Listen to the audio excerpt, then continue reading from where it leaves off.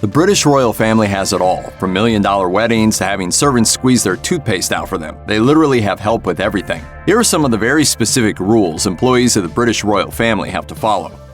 The royal family doesn't want to hear you cleaning. The best servant is quiet and invisible. Since vacuum cleaners are loud and distracting, servants are prohibited from using them. Instead, royal staff members are required to sweep all floors, including the carpets. Peter Russell, a royal servant from 1954 to 1968, explains in the documentary Royal Servants Behind Closed Doors. They want you there, but they don't want you there. They want you there because you have to be there. Russell continued, "They want you there because they can't manage without you." The offensive noise of a roaring vacuum is best avoided in order to give the illusion that royal homes are always pristine and don't need to be cleaned. The royal family hires the most professional roster of butlers and servants in the world, and makes even the most ordinary tasks, such as cleaning floors, a vigorous and meticulous effort for their staff. Buckingham Palace is obviously extremely elaborate, with the most expensive furnishings dating back to previous royal families centuries before. Even Windsor Castle is home to the world's biggest doll's house, commissioned in the early 1920s, notes the Royal Collection Trust. With all this upscale decor, employees of the royal family must tread lightly, literally. In 2003, Mirror reporter Ryan Perry went undercover as a royal footman and discovered what he called bizarre rules about walking on the carpets at Buckingham Palace. According to Perry, junior staff members of the palace are not allowed to walk down the middle of the carpet in order to avoid ruining the threads, while footmen must keep to the slow lane or the edge of the carpet. These protocols keep the many people walking through the palace in line. From servants to guests to government officials, Buckingham Palace is like a busy hotel. And with this heavy traffic, the royal family has instituted some rigorous law and order. The royal family, like most British people, love a good cup of tea. However, the staff serving the royal family have to follow very specific instructions when serving tea to this British clan.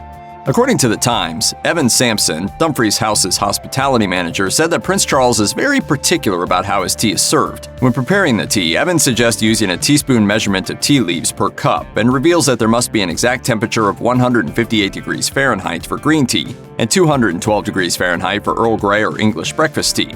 The prince's hot beverage must also be checked with a thermometer before being served, and honey should always be used to sweeten the tea rather than sugar. When serving the tea to the prince, the teaspoon should be situated precisely to the right underneath the handle of the cup.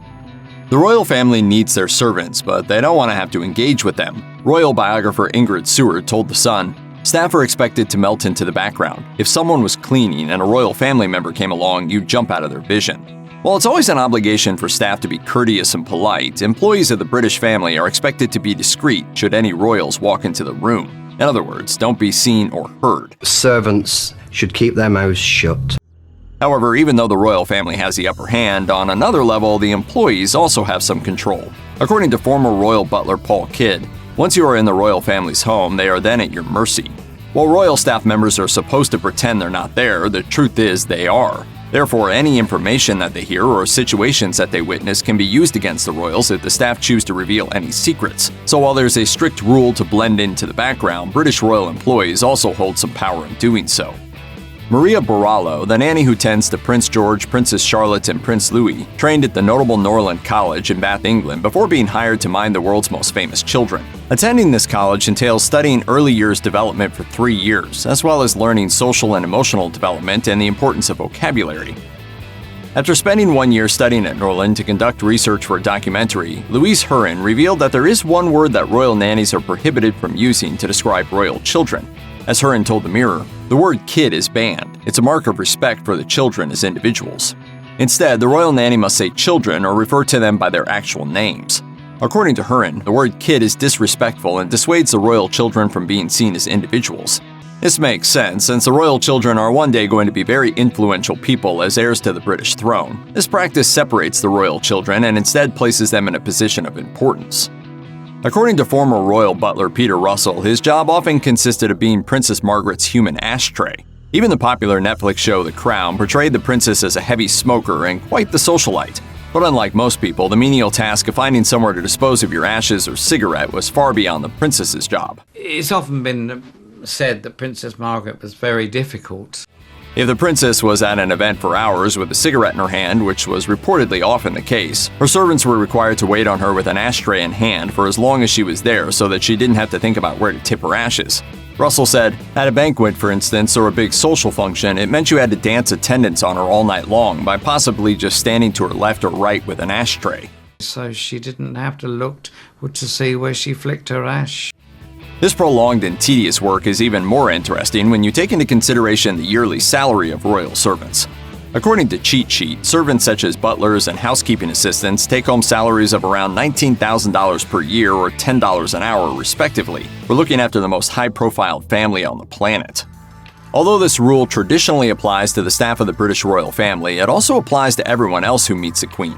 Turning your back on the head of the Commonwealth is considered rude, and most people, apart from the Queen's close relatives during informal settings, are advised to walk backwards out of the room in order to show respect to the Crown. To avoid tripping when walking backwards, the Queen is known to occasionally turn her back first to give people a chance to walk out the easy way. According to Jane Eastoe in her book Elizabeth, Reigning in Style, Milner Frederick Fox found himself in a predicament when meeting the Queen for a fitting. Per Eastoe, Fox said, "Her Majesty spotted my dilemma and turned her back on me to ask the Queen's dresser to fetch some specific shoes, giving me the opportunity to withdraw."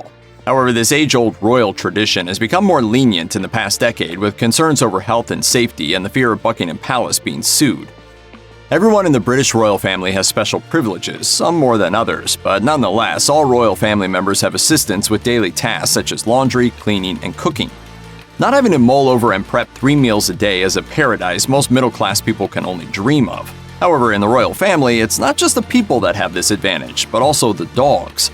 The royal chefs are not just required to cook for the Queen and her family, they also have to create fresh-cut meals for the Queen's dogs. As well as having their own butlers, the royal pooches are also prepared a variety of luxurious dishes. The royal corgi menus consist of cabbage, rice, and a variety of different meats, including chicken, beef, rabbit, and liver. Most people wear perfume or cologne. However, for one particular staff member, the cologne he chose to wear one day didn't go down well with the Queen's husband. As royal biographer Ingrid Seward told The Sun, royal employees should avoid wearing strong scents. This rule was introduced after one of Prince Philip's footmen wore an aftershave that made the prince sick. According to Seward, the Duke of Edinburgh was puzzled as to where the overpowering smell was coming from. Eventually, the origins of the distinct smell was discovered, hence this rule. The fragrance in question is still a mystery. Royal chefs have an incredibly important job. They have to feed the British royal family every day, make sure that the menu consists of food they like, and not poison them. And certain foods are off the table for the royal family for a variety of reasons.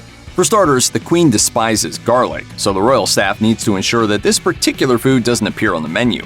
Former royal chef Darren McGrady told Marie Claire, "The Queen would never have garlic on the menu. She hated the smell of it. She hated the taste of it."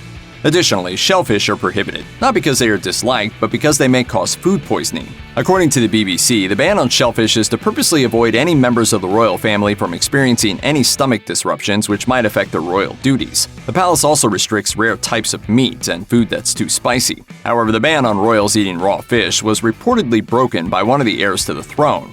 On a tour of the Japanese Cultural Center Japan House on Kensington High Street in London in 2018, Prince William tasted some sushi and claimed that he and his wife love it.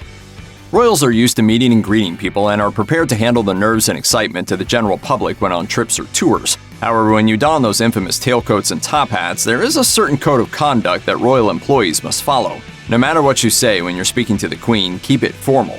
Former royal butler Paul Kidd recalled accidentally saying, "Your Majesty, your dinner's ready." This kind of tone and casual phrase is far too informal when communicating with the Queen on a professional level. Instead, the correct way of telling the Queen that her dinner is ready is by saying, "Your Majesty, dinner is served." Royal stylists have a demanding job. For every trip, tour, and banquet, the members of the royal family must be styled to perfection as photographers and tabloids analyze their every fashion decision. What's even more demanding is how often the royal family needs to be styled. According to Elizabeth Holmes in her 2020 book HRH, So Many Thoughts on Royal Style, all of the Queen's outfits are documented, and recycled outfits are spaced out to avoid being targeted by the fashion police. After the Queen has worn an outfit a couple of times, it's either rearranged to go with a different design, or it gets worn when she's at home and out of the public eye. However, with all these fashion rules comes a more serious obligation that all royal stylists must adhere to. According to The Independent, packing a black outfit when a member of the royal family is on a trip is an important rule the royal stylist must follow. This protocol was put in place in 1952. Princess Elizabeth was on a trip to Africa when her father, King George VI, died suddenly. Elizabeth didn't have the appropriate black outfit to wear when traveling back to the United Kingdom for a period of mourning. This event was portrayed in the Netflix original series The Crown, in which a black outfit was carried onto the plane on the tarmac with the new queen waiting for it inside. Check out one of our newest videos right here. Plus, even more grunge videos about the royal family are coming soon. Subscribe to our YouTube channel and hit the bell so you don't miss a single one.